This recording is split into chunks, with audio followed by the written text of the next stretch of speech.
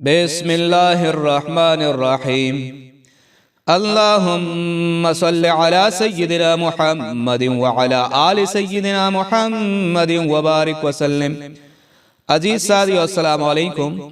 سیرت انفو میں آج ہم آپ کو حضرت عمر رضی اللہ تعالی عنہ کے قبول اسلام کا قصہ پیش کرتے ہیں۔ حضرت عمر رضی اللہ تعالی عنہ جن کے پاک نام پر آج مسلمانوں کو پہر ہے، جن کے جوش ایمانی سے آج 1300 برس بعد تک کافروں کے دل میں خوف ہے، اسلام لانے سے قبل مسلمانوں کے مقابلہ اور تکلیف پہنچانے میں بھی ممتاز تھے۔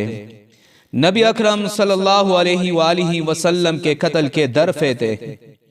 ایک روز کفار نے مشورہ کی، کمیٹی قائم کی کہ کوئی ہے جو محمد صلی اللہ علیہ وآلہ وسلم کو قتل کر دے۔ عمر رضی اللہ تعالی عنہ نے کہا کہ میں کروں گا۔ لوگوں نے کہا کہ بے شک تم ہی کر سکتے ہو۔ عمر رضی اللہ تعالی عنہ تلوار لٹکائے ہوئے اٹھے اور چل دیے۔ اسی فکر میں جا رہے تھے کہ ایک صاحب قبیلہ زہرہ کے جن کا نام حضرت سعد بن ابی وقاص ہے، انہوں نے پوچھا کہ عمر کہاں جا رہے ہوں؟ کہنے لگے کہ میں محمد صلی اللہ علیہ وآلہ وسلم کے قتل کے فکر میں ہوں۔ سعد نے کہا کہ بنو ہاشم اور بنو زہرہ اور بنو عبد مناف سے کیسے مطمئن ہوگے، اور وہ تم کو بدلہ میں قتل کر دیں گے؟ اس جواب پر بگڑ گئے اور کہنے لگے کہ معلوم ہوتا ہے کہ تو بھی بے دین ہو گیا، لا پہلے تجھی کو نمٹا دوں۔ یہ کہہ کر تلوار سونت لی، اور حضرت سعد رضی اللہ تعالی عنہ نے بھی یہ کہہ کر کہ ہاں میں مسلمان ہو گیا ہوں، تلوار سنبھالی۔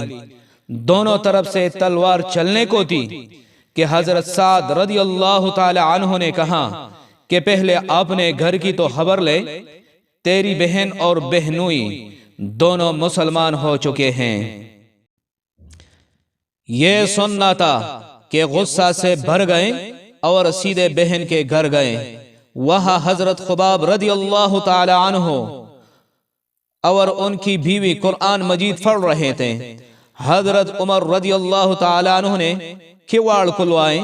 ان کی آواز سے حضرت خباب رضی اللہ تعالی عنہ تو جلدی سے اندر چھپ گئے، اور قرآن مجید کا کچھ حصہ بھی جلدی میں باہر رہ گیا جس پر قرآنی آیات لکھی ہوئی تھی۔ بہن نے کواڑ کھولے۔ حضرت عمر رضی اللہ تعالی عنہ کے ہاتھ میں کوئی چیز تھی جس کو بہن کے سر پر مارا، جس سے سر سے خون بہنے لگا، اور کہا کہ اپنی جان کی دشمن تو بھی بے دین ہو گئی۔ اس کے بعد گھر میں آئے اور پوچھا کہ کیا کر رہے تھے اور یہ آواز کس کی تھی؟ بہنوئی نے کہا کہ بات چیت کر رہے تھے۔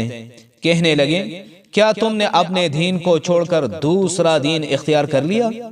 بہنوئی نے کہا کہ اگر دوسرا دین حق ہو تو یہ سننا تھا کہ ان کی داڑھی پکڑ کر کینچی اور بے تحاشا ٹوٹ پڑے اور زمین پر گرا کر خوب مارا۔ بہن نے چڑھانے کی کوشش کی تو ان کے منہ پر ایک تمانچہ اس زور سے مارا کہ خون نکل آیا۔ وہ بھی آخر عمر ہی کی بہن تھی۔ کہنے لگی کہ عمر، ہم کو اس وجہ سے مارا جاتا ہے کہ ہم مسلمان ہو گئے۔ بے شک ہم مسلمان ہو گئے ہیں، جو تجھ سے ہو سکے تو کر لے۔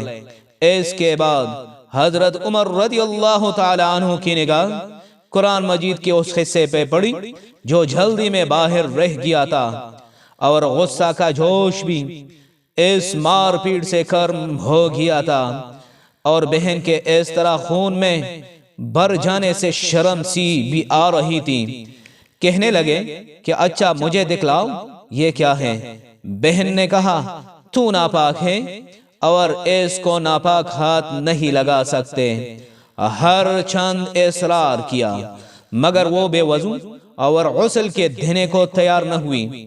حضرت عمر رضی اللہ تعالی عنہ نے غسل کیا اور اس کو لے کر پڑا۔ اس میں سورہ طٰہٰ لکھی ہوئی تھی، اس کو پڑھنا شروع کیا، اور اننی انا اللہ لا الہ الا انا فاعبدنی واقم الصلاۃ لذکری تک پڑھنا تھا کہ حالت ہی بدل گئی۔ کہنے لگے کہ اچھا مجھے بھی محمد صلی اللہ علیہ وآلہ وسلم کی خدمت میں لے چلو۔ یہ الفاظ سن کر حضرت خباب رضی اللہ تعالی عنہ اندر سے نکلے اور کہا کہ اے عمر، تمہیں خوشخبری دیتا ہوں کہ کل شب حضور اقدس صلی اللہ علیہ وآلہ وسلم نے دعا مانگی تھی کہ یا اللہ، عمر اور ابو جہل میں جو تجھے زیادہ پسند ہو اس سے اسلام کو قوت عطا فرما۔ معلوم ہوتا ہے کہ حضور صلی اللہ علیہ وآلہ وسلم کی دعا تمہارے حق میں قبول ہو گئی۔ اس کے بعد حضور صلی اللہ علیہ وآلہ وسلم کی خدمت میں حاضر ہوئے اور جمعہ کی صبح کو مسلمان ہوئے۔ ان کا مسلمان ہونا تھا کہ کفار کے حوصلے پست ہونا شروع ہو گئے، مگر پھر بھی یہ نہایت مختصر جماعت تھی، اور وہ سارا مکہ بلکہ سارا عرب، اس لیے وہ بھی جوش پیدا ہوا اور جلسے کر کے مشورہ کر کے ان حضرات کو ناپید کرنے کی کوشش ہوتی تھی اور طرح طرح کی تدبیریں کی جاتی تھیں۔ پھر بھی اتنا ضرور ہوا کہ مسلمان مکہ کی مسجد میں نماز پڑھنے لگے۔